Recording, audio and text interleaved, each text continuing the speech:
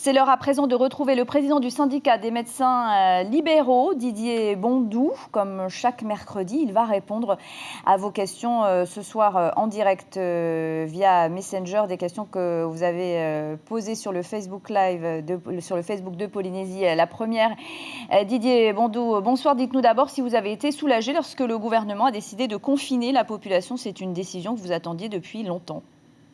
Bonsoir Natacha, oui, je dois avouer qu'on attendait ça depuis longtemps, surtout avoir peut-être une petite marche d'avance par rapport à ce qui s'était fait en métropole.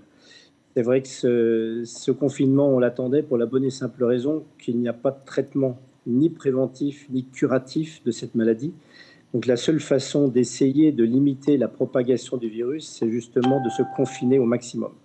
Alors une première question tout de suite de Théa Taoura qui vous demande, allez-vous commander de la chloroquine comme en Nouvelle-Calédonie? Bon, ça ne dépend pas de moi, ça dépendra des autorités, mais je crois que ce médicament est loin de faire l'unanimité.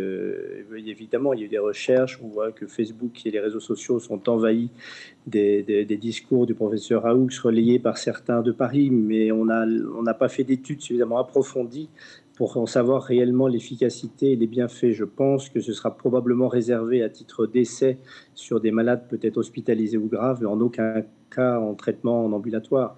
Il faut savoir quand même que cette molécule, elle a une marge de manœuvre très faible entre sa toxicité et son efficacité.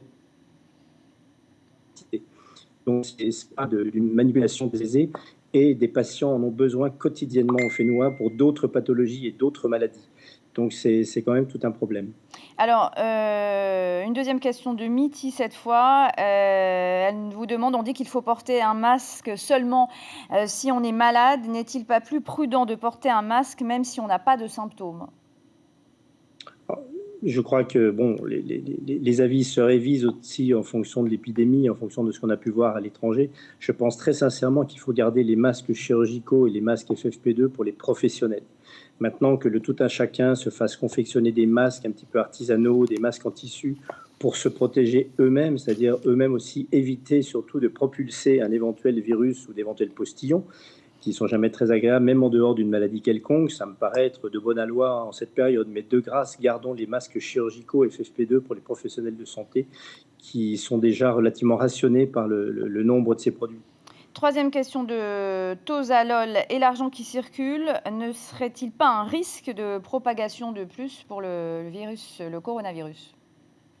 On sait que le coronavirus peut rester quelques heures sur du papier, voire plusieurs heures sur du métal. Donc on ne peut pas dire qu'il n'y ait aucun risque. C'est pour ça qu'on peut conseiller aux caissières ou aux gens qui manipulent l'argent d'avoir des gants. Mais en dehors de ça, justement, on revient toujours à la même situation des gestes barrières et de se laver régulièrement les mains. Certains avaient même étudié que dans la journée, je crois qu'on porte sa main inconsciemment au visage ou à la bouche une trentaine de fois. Donc c'est la raison pour laquelle il faut se laver les mains souvent plutôt que d'éviter de toucher l'argent. On sera tous amenés à toucher des billets et des pièces. Dernière question d'un habitant des îles australes, Tahua Rouru. À part le confinement pour tout le monde, en tant qu'Ilien, j'ai comme le sentiment que nous serons dépassés en pleine vague épidémique avec peu de moyens, pas assez d'appareils respiratoires. Comment seront organisés les soins à Tahiti? Alors, c'est toute la problématique et c'est tout le stress justement du corps médical. C'est la raison pour laquelle le confinement est la seule mesure efficace pour au maximum ralentir l'évolution de cette maladie. On a vu qu'il y a eu des retours d'étudiants, des retours de scolaires dans les îles. Je crois que le confinement est absolument obligatoire pour ces jeunes de retour dans leur île, pour éviter, si besoin est, qu'un des potentiels malades dissémine sur toute une petite île. Je pense que s'il n'y a pas eu de retour de gens de Tahiti sur un atoll ou sur une île, le risque est quasiment nul. Le virus ne se promène pas, ne prend pas l'avion tout seul.